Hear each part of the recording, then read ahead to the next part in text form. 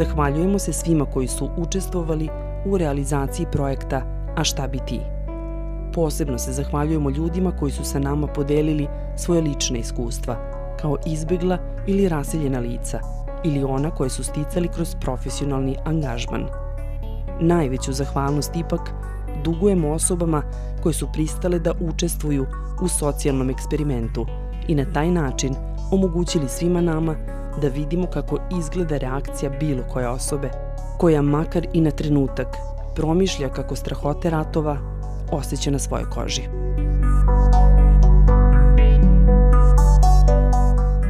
Kada biste mogli da birate da otputujete negde na 15 dana, gde bi to bilo?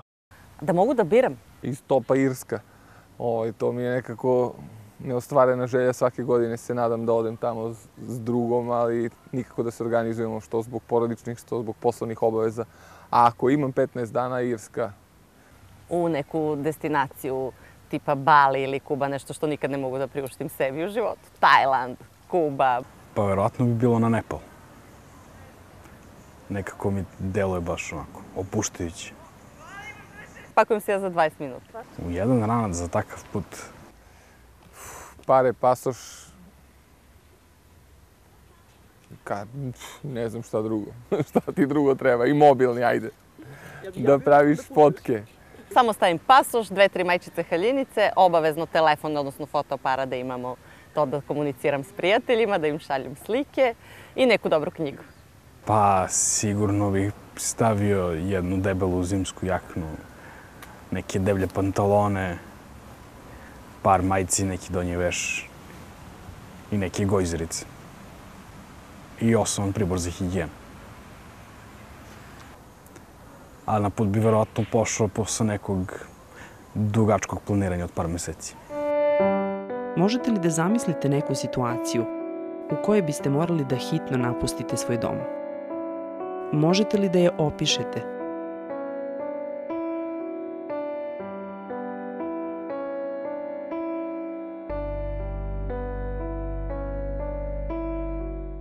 Svakako rat. Mislim, nešto što utiče ne samo na mene konkretno, nego i na moju porodicu, na moju zemlju i na prilike da se možda nikad ni ne vratim. Eto, to je...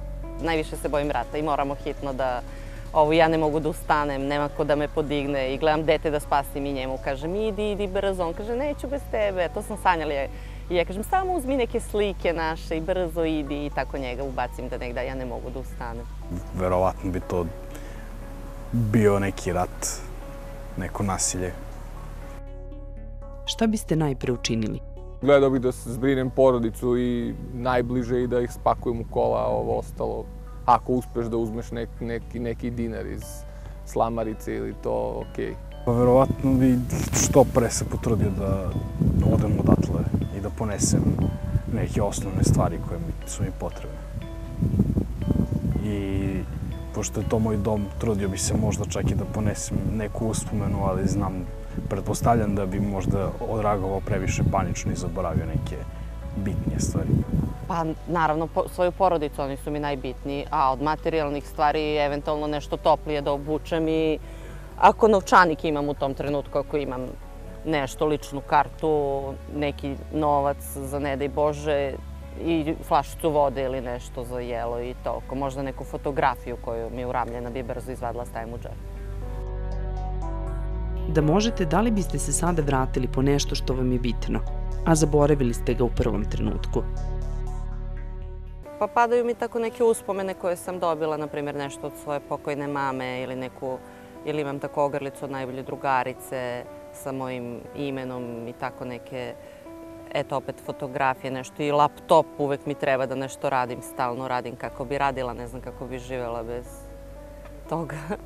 I tako neku topliju garderobu, možda za dete, za njega bi mi bilo najvažnije. Pa na primjer novac neki, tako nešto, nakit, šta god već bi moglo da se iskoristi u slučaju rata za bezbedniji opstanak.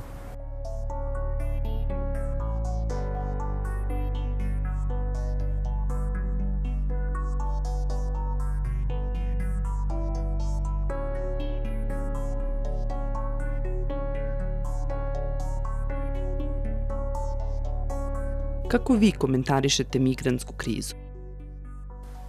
Istorijski kontekst je malo drugačiji, ali u svakom slučaju nije prijatno da moraš da ostaviš sve iza sebe i odeš negde da počneš ispočetka, da to nije tvoj izbor. Ja uopšte nemam predrasude, dakle, ni prema kome, ni prema čemu. Ružno bi bilo da ja kao osoba s invaliditetom koja se bori protiv predrasude imam ja prema nekom. Mislim da bi se i pojedinačno i grupno trebalo da pomognemo koliko možemo, jer danas sutra to može i nama da se desi. Pa, mislim da je teško zamisliti to ako se nismo i sami našli u tako nekoj situaciji. Jer ipak živimo nekim bezbrižnim životom, da tako kažem. I nas trenutno ne pogađaju te muke kao što njih sad pogađaju. Tako da ja lično bi teško mogu da se gledam iz svih uglova tu situaciju, odnosno kako bi se ja osjećao u toj situaciji, jer verovatno bi sada rekao jedno, ali zapravo bi ispalo drugo kada bi došla tako neka situacija.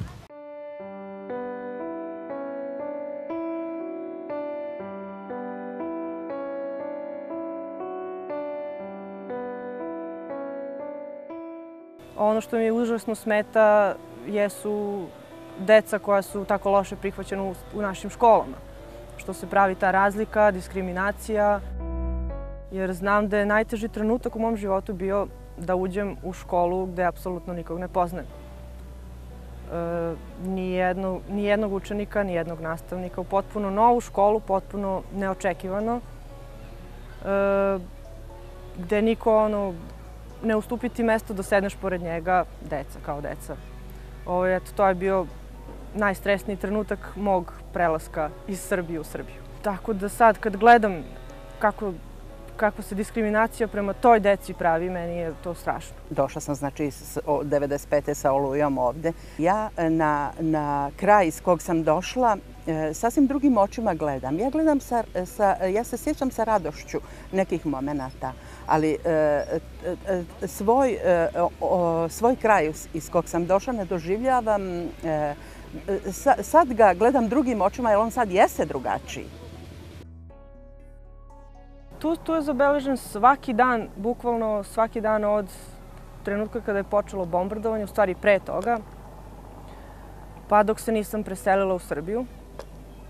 Bukvalno svaki dan kad je koja zgrada bombardovana, koliko je ljudi poginulo, kako smo se rastali, kako smo jednog dana u školi, drugog dana već ne znam gde je ko od mojih drugara. Svi su nekud otišli. Nije bilo Facebooka, nije bilo mobilnih telefona. Godinama nisam znala ništa, apsolutno o njima, gde je ko otišao. Sad nas je Facebook ponovo zbližio. Ali interesantno je to kako sam ja tad sa 13 godina razmišljala. Meni je sad to malo, čitaš dečiji dnevnika, vidiš jednu ozbiljnu ličnost u tome. Kako te rat natera da misliš kao zrela osoba, umesto da budeš tinejdžer koji će da visi na telefonu ili da prosto bude bezbrižan i da misli o nekim drugim stvarima. Prvo tog dana kada sam se selila, nikog nije bilo kod mene u kući, zato što je komšija preko puta poginuo. Brat koji radi u vojsci je znao da će se vojska povući i naredio je mami i tati da me hitno sele za Srbiju. Rekao je da će doći 2 policajca koje ja nisam ni poznavala, da će me oni voziti kod Snajke u Leskovac. Oni su došli, kod kuće nije bilo apsolutno nikog. Ja sam krenula sa 2 nepoznata čoveka, ne znajući ni kuda idem, ni šta. Ali dobro, stigla sam. Usput sam videla već tada autobus koji je bombardovan. Tela su bila na sve strane, bilo je grozno, to je jedna nezaboravna slika. Stigli smo bezbedno u Leskovac, ali to me u stvari i spasilo da su roditelji bili kod kuće, mislim da ne bih ni uspela da odem, jer to mi je... Preksinoć je prestalo bombardovanje. Za ljude u Srbiji rat je završen. Svi se raduju, pucaju i slave. Precizno zapažam svaku reč ovih ljudi i vidim da ih uopšte ne interesuje Kosovo. Oni su sada srećni i za njih je rat završen. Zbog toga mi je često veoma krivo. Na radiju i televiziji se priča kako smo pobedili, a to je izjavio i predsjednik Slobodan Milošević. Mislim, to je zapažanje jednog 13-godišnjeg deteta. As for me, I was working in the Red Cross in Syria, in the Syrian Arab Red Crescent. I had my own company of photography in private. I was well-known photographer. My job was excellent. Even when I got married of Italian wife, I asked her to come and live with me in Syria because this is my country. I love Syria. I love my country. I love my job. I'm doing very good. I don't want to move to Europe. I don't want to live in Italy. And in the war, the first thing I do, I want to protect my wife, to bring her back to her country. And I started to work with the Red Cross, working in Syria and going with missions with the International Federation of Red Cross. But this was not my plans. My plan was to stay in Syria, working in Syria, having children in Syria. But the war is bigger than anything, bigger even more than our plans. It changed everything. So all my plans were changed. I have to change my whole life because of the war. A šta ljudi zaista nose kada se suoče sa ratom i kada moraju da napuste svoje domove, možda zauvek? Od svoje kuće ja sam ponela svoj dnevnik, dečiji. Ponela sam nešto garderobe i to je sve. Dok su roditelji ostali, to je bilo sve neizvesno, da li se selimo zauvek ili se vraćamo, to se dugo nije znalo, tako da krenuli smo sa nekim osnovnim stvarima, a onda su uvek vraćali po još nešto. Ja nisam imala neku veliku mogućnost vremenski, niti su mi okolnosti dozvoljavale, zato što ja sam došla, svi smo mi u Kninu, ja sad, Krajina jeste bila tako kako jeste, ljudi su odlazili danima unazad i to, ali za Knin niko nije mogao ni pomisliti da će se desiti da će ljudi odatle ići. Znači, mi smo zatečeni bili. Mi smo tu noć, znači zatečeni smo bili i nismo bili, sklonili smo se da bi zaštitili živote, zato što kad se grad granatira, kad ti nisi u mogućnosti da budeš u prostoru u kojem si živiš u normalnim okolnostima. Sad, sišli smo u podrum i iz podruma razmišljali o tom, ja konkretno, ja govorim u svoje ime, šta je to što bi eventualno, ako se desi da krenemo odatle, a čitav dan ja nisam vjerovala da će se to desiti, šta bi bilo to što bi za čim bi mi bilo žao da ne ponesem. I to sam i ponijela. To su uspomene, neke videokasete, slike i ono što mi niko ne bi mogao nadoknaditi. Eto, sam to. Tako da ja smatram da sam ponijela čitavo svoje bogatstvo. Ostao je stan, ostalo je sve u stanu, ostale su, ali to ne smatram nečim, kažem, ono što se može nadoknaditi, to je i nadoknađeno, ajde da kažem. Tada nisam ponela roditelje, oni su ostali i to je ono što mi je pre svega. Mislim da je trebalo da odemo svi zajedno. To je ono što mi je najteže palo. Pored toga, ništa više. Ima mnogo tih stvari koje prate izbjeglištvo, koje nikome nisu prijatne. Ali ja sam generalno, mislim, najteže mi je bio taj period dok nisam došla, a taj period je trajao dok nisam nekako krenula, stacionirala se tu gde jesam sada, a to je trajalo otprilike jedno 10-15 dana. Kada sam ne znajući gdje ću, prešla granicu, ušla u Srbiju i ne znam gdje. Mislim, to je malo, taj period je bio poprilično težak. Ja nisam imala ni jednog trenutka osjećaj da sam ja zapostavljena, krivo pogledana, na bilo koji način, mislim, diskriminisana, ajde da upotrebim taj izraz ili bilo šta, zato što sam došla iz drugog kraja, zato što sam izbjeglica. Apsolutno ne. Onda se ovde susretneš sa nekim predrasudama, osudama, nerazumevanjem. Pa ono, klasično, vi sa Kosova imate puno para. Ja sam, možda retki slučaj, ne znam, ali od onih sa Kosova koja je izgubila i kuću koja mi je zapaljena, izgubila oca, kog su Albanci ubili. Majka je preživela, ali su traume zauvek ostavile posledicu na nju. I zdravstveno i psihički. To je to, mislim. Nastavili smo dalje, ali sve te predrasude, naravno da uvek ostave neki trag. Nikad nisam naišla na problem među kolegama i prijateljima. Uvek sam se super slagala sa svima, nikakve osude meni lično, ali samo mi smeta to kad generalizuju situaciju sa Kosovom ili sa bilo kojom drugom državom odakle su došle izbeglice. Znači tu smo ne svojom voljom uglavnom. U Crveni krst sam došao 9. aprila davne 1991. godine, a već sam imao tu sreću, po znakom navoda, da 27. aprila dođu prve izbjeglice iz Slovenije. Bila je to jedna manja grupa, 2 porodice, 5 ljudi, došli sa kesama i to je bila atrakcija u tom trenutku za sve lokalne medije u Nišu. Sjetili su kancelariju da im uzimaju izjave. Oni su ljudi na trenutak zaboravili svoju muku, počeli da se smeju, pričaju kamere, pričaju dogodovštine, šta im se desilo. Učestvovao naravno i ja tu.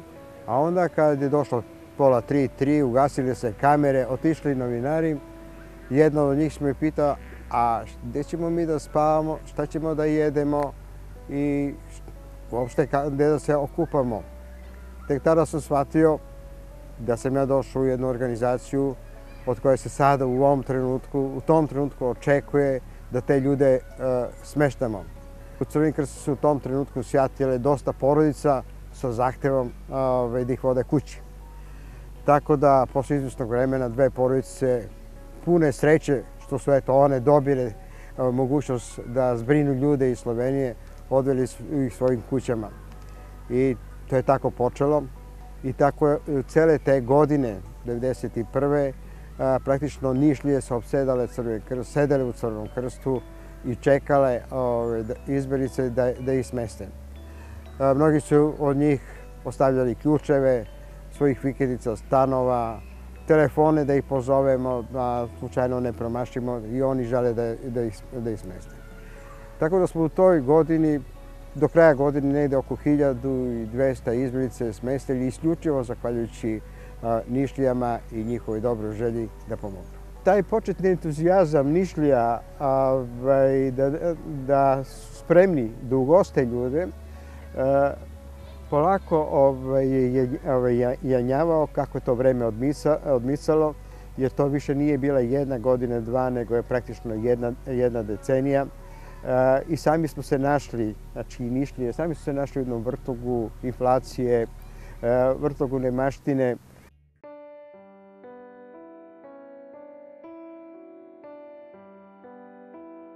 Kad su me pitali o mom iskustvu, o izveštavanju iz kriznih situacija, da li mogu prosto da se snađem u takvim situacijama, upravo mi je to bilo u glavi, da mislim stvarno ne znam ni šta ovde uopšte može da se desi i onda se desila ta izbeglička kriza. To je sigurno bila svetska tema broj 1 u to vreme i odatle smo upravo kolega dopisnik iz Novog Sada i ja imali zapravo najviše posla, iako stvarno to nisam očekivala u trenutku kad sam počela da radim. I was in the border between Croatia and Serbia and I saw the trains that passing and with refugees. My impression was they were treated in a right way, at least from the side of the Red Cross and many NGOs that we met on the borders. They helped them as much as they can. You cannot ask from someone who doesn't have anything to give you more than he has. Some countries, they don't have capacity of this huge number of refugees that they were passing every day.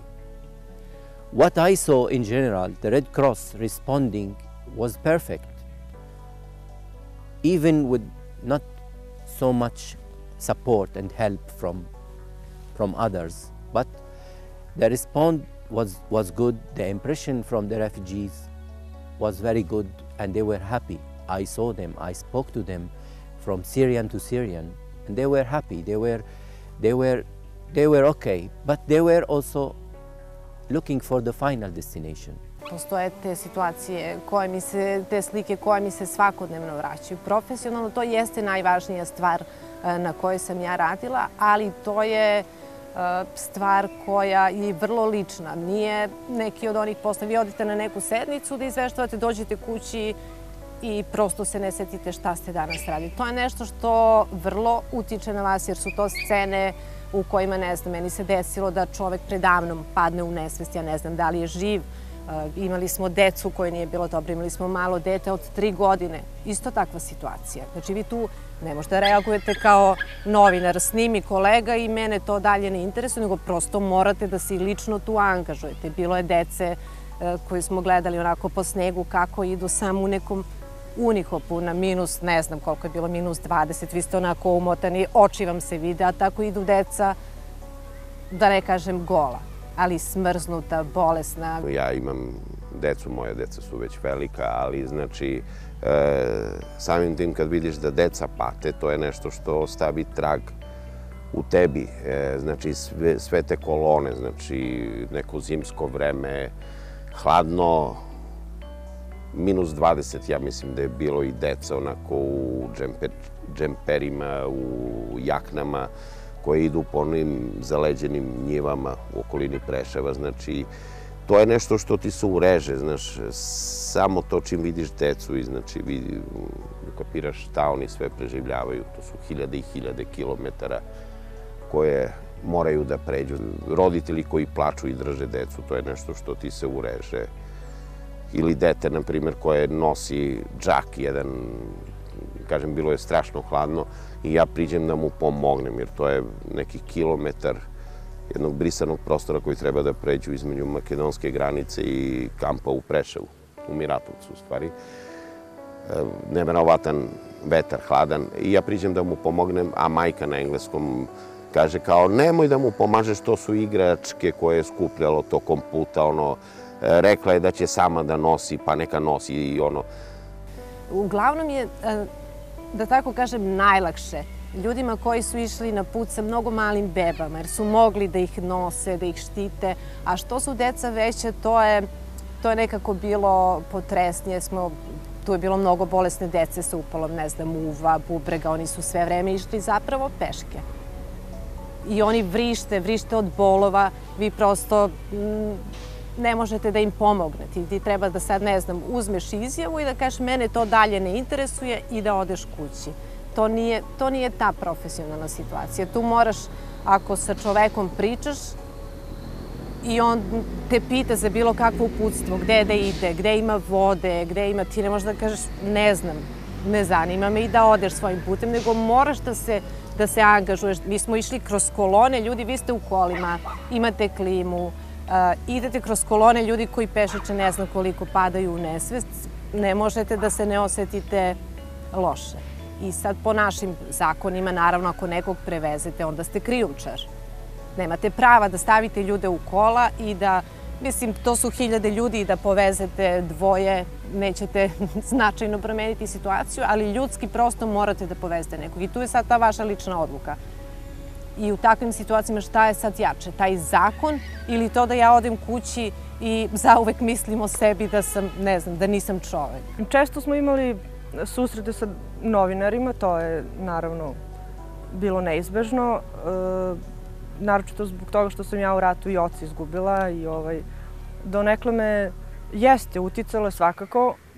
Prvo, rekla sam da nikad ne bih volila da budem ovakav novinar koji dolazi tada kad ti je najteže i pitate neke stvari, objavljuje neke sasvim druge, netačne, neproverene i tako to. Ali, s druge strane, novinari su tada bili jedini koji su nosili vesti o tome da li je moj brat živ ili nije, koji se nalazi tamo negde na terenu. Kažem, opet nije bilo mobilnih telefona, 10 dana čekaš da čuješ vesti. Ako ih nisi čuo iz tog grada gde je brat, dobro je, valjda su svi živi. Tako da, tad sam shvatila koliko su mediji važni zapravo. Bez njih bi bili uskraćeni za sve te informacije. Working with refugees was my usual work, even before the war in Syria. I was working with Iraqi refugees. As you know, in 2003, we got 1.3 million refugees, Iraqi refugees in Syria. So I was always with the Red Cross, working for the media, working for the social support, the psychological support with all the teams. And I know exactly what they feel. And then it happened to my people, to my country, to have the war and to escape and to be refugees. And I met Syrian people and refugees all over the Middle East and also in Europe. They have the same pain and the same hopes, and also what surprised me, they all want to go back to Syria. And this is very important to tell the people who are against them that these people, they are not coming here for economical situation. They're coming here for maybe a period, and when the situation in Syria will be better, these people want to go back. There is no single refugee I asked in the Balkan, in Syria, in the Middle East, had given me another answer. They all said, we want to go back. We are missing our country, and nothing is more beautiful than our country. Iskreno, žao mi je tih ljudi. Žao mi je što su došli u tu situaciju da moraju da beže od svog doma, da moraju da ostavljaju svoje porodice i svoje prijatelje tamo negde. Svako ima nekog iz svog okruženja koje ili se doselio sa nekih prostora kad je počeo rat ili ima nekog takvog. Čitala sam neke naslove kada je škola u pitanju za decu i jako mi je žao što se naša zemlja tako i naši ljudi su se tako pokazali i predstavili, jer mislim da treba u takvoj situaciji maksimalno pomoći. Ja razumem naše ljude jer stvarno kod nas u poslednjih 20 godina je kriza, loše stanje, beda, ali ti ljudi nisu otišli jer im je tamo mnogo lepo, niti što ne znam, vole našu zemlju, nego su jednostavno prinuđeni i njima nije lako i mislim da mi koji smo prošli kroz to godinama unazad i naši susedi i naši rođaci da treba da budemo što pristupačni da pomognemo koliko možemo. Naročito kada su deca u pitanju tu, znači tu nema uopšte diskusije za neko drugo mišljenje. For the people of Serbia, I think they know exactly what does that mean, the war means, because they face this problem. And that's why I feel that they sympathize with the refugees. And if you suffer of something, you sympathize with the people because you know how difficult it is to leave your house, to leave your country, to leave everything just to escape, to live again, to escape death. Prema podacima Komesarijata za izbeglice i migracije Republike Srbije, 1996. godine u našu zemlju je izbeglo 617.728 osoba iz Bosne i Hercegovine i Hrvatske. Prema popisu iz 2010. godine u Srbiji su i 296.303 osobe izbegle ili interno raseljene sa Kosova i Metohije. Prema godišnjem izveštaju UNHCR-a, broj izbeglica i interno raseljenih u svetu dostigao je 65,6 miliona u 2016. godini. To znači da je danas svaka 113. osoba u svetu raseljena. Ja mislim da deo našeg društva ima negativan stav prema svemu. Znači, pa da kaže sad je lepo vreme, on će da ima negativan stav. Ja mislim da u našem društvu u stvari ne preovladava taj negativan stav, nego su valjda glasni ti koji imaju negativan stav. A inače nemam negativan stav. To su ljudi, znači, sad među njima prošlo je skoro 200.000 ljudi preko te balkanske rute. Ko zna koliko i ovako, neprijavljenih. Znači, među njima sigurno ima i možda ima i terorista, možda ima i negativnih, ali većina, znači, tih, to su ljudi koji beže od nečega, koji su prisiljeni da odu, tako da ja nemam negativan stav. Zavisi koji je to broj, da li naša infrastruktura to može da pokrije. Znači, mi imamo problem da našu decu smestimo u vrtiće. U tom smislu mene nervira cijela ta situacija, ne konkretno ljudi ili svakom bi trebalo da se pomogne. Više me nervira to što nekako ispada da se nama uvaljuje vrući kesten, jel tako, zemljama koje nisu baš nešto razvijene. Ono u što stvarno verujem jeste da bilo koji čovjek, bez obzira na to što sad misli da, ne znam, mu izbeglice smetaju, da neće da iz nekog razloga, što je po meni fašistički stav, da neće da njegovo dete ide sa njim u školu, mislim kad bi se bilo ko našao u toj situaciji, da treba da pomogne nekom ko je u takvom problemu, da bi isto uvek uradio. To je prosto neko neznanje. I to je, mislim, potpuno očekivano. Neki neosnovan strah od nečeg što je novo. Evropa se za ovih godina stvarno mnogo promenila. I ljudi nisu spremni bili na tu situaciju i sad se ne zna šta će da bude. Vi imate 60.000 izbeglica u Grčkoj u ovom trenutku, 5.000 ljudi u Srbiji.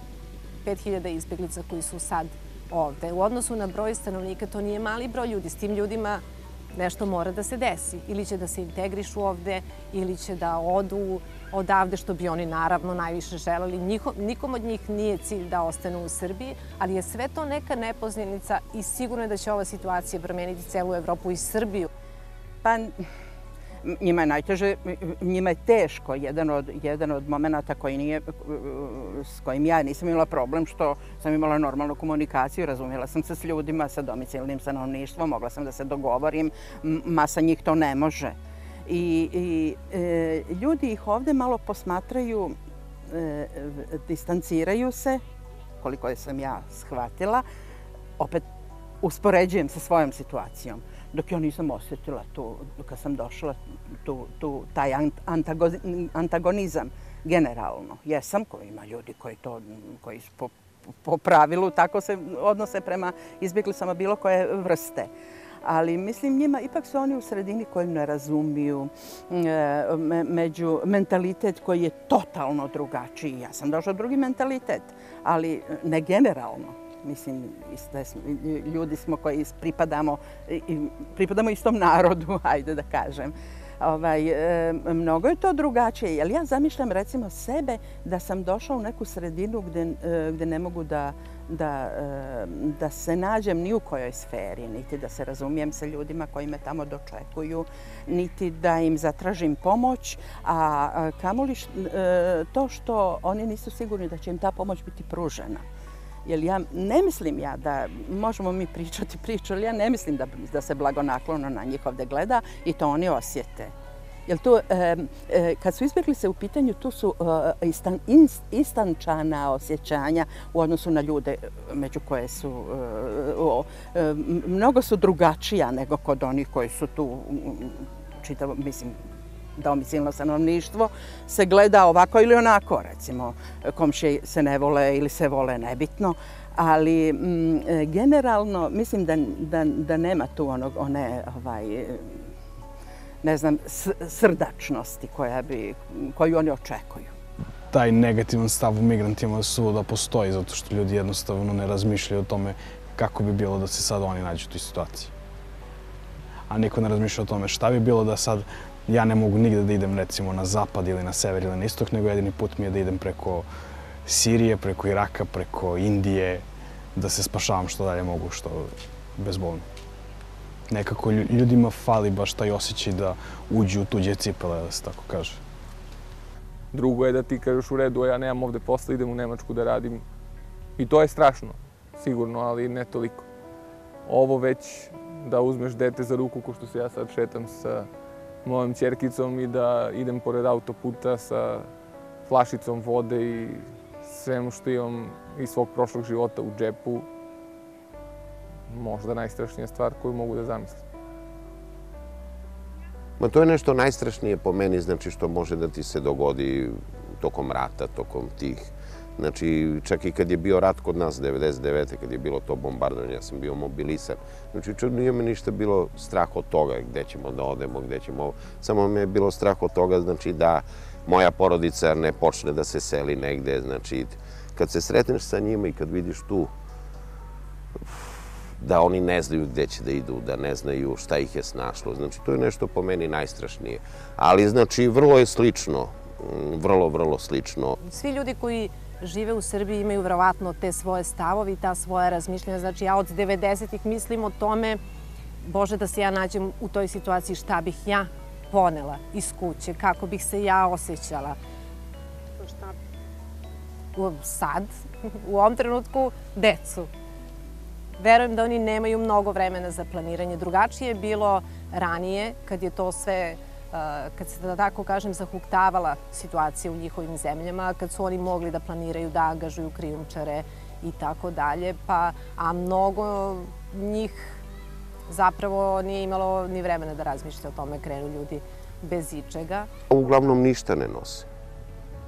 Oni to što dobiju, znači, od raznih humanitarnih organizacija, ništa ne nose jer ne mogu. Oni su pre toga, znači, ako odu iz Sirije ili Afganistana, moraju da prođu kroz teritorije koje su pod njihovim rečima vrlo nebezbedne. Iz iskustva znam da su ljudi nosili neke svoje lična dokumenta, a među tim ličnim dokumentima nešto što ne bi mogao da nazovem ličnim dokumentima, to su fotografije.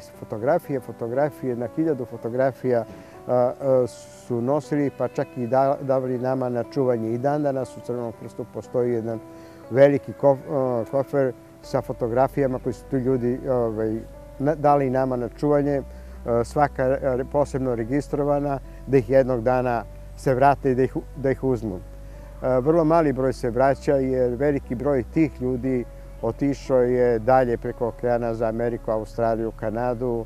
Pa mislim da većina ljudi kada beže od ratova da jednostavno smatraju, to jest verovatno u tom prvom inicijalnom begu oni smatraju da zapravo ne beže, da će da se vrate kroz koji dan. Tako da pretpostavljam da neki zaboravljaju gomilu nekih stvari koje su neke uspomene koje su njima ostale iz davnina ili od roditelja njihovih, baka, deka ili tako nešto.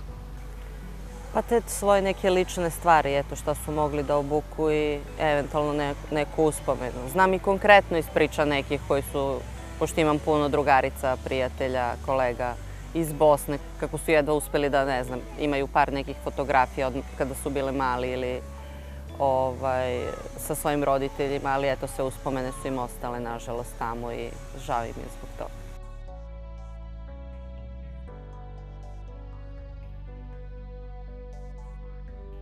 Niko ne želi da budu smešteni u njihovoj blizini.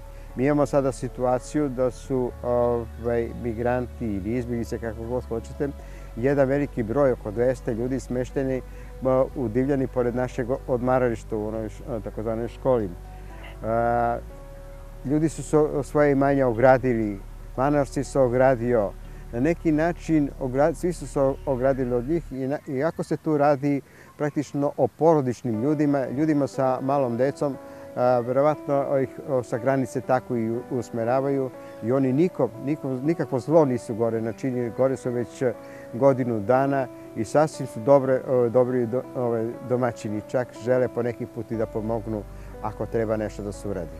Pre svega kao šta će nam oni ovde, jel nam baš sad oni trebaju, ne znam, pa bilo je ona čuvena priča o onim migrantima koji navodno upadaju u kući i kradu po Mladenovcu ili gde već, gde su se ljudi borili s njima. To jest, borili su se da ih oteraju što dalje mogu iz svog mesta. Meni konkretno, dakle, ne bi smetalo. Samo mislim da bi bogatije zemlje mogle da preuzmu malo veći kolač, da kažemo, na sebe.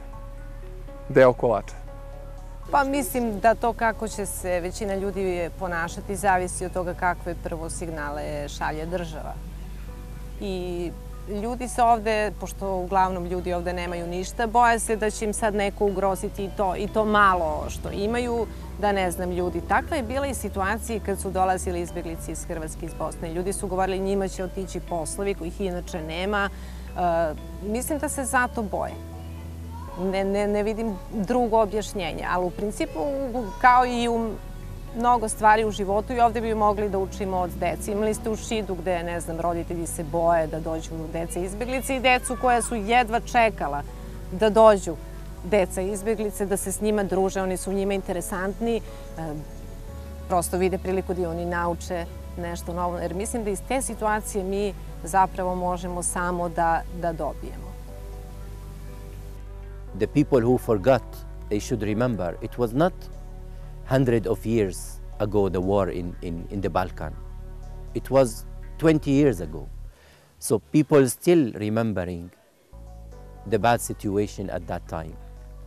So I think to the people who's against this idea, just to remember 20 years ago what was happening in your country and what was your feeling if somebody blocked your way and prevented you from going to your destination or didn't support you even by food or by water. Vole bih da ipak ljudi shvate malo bolje i izbeglice koje su došle iz Sirije, i iz Afganistana, i sa Kosova, i iz Hrvatske.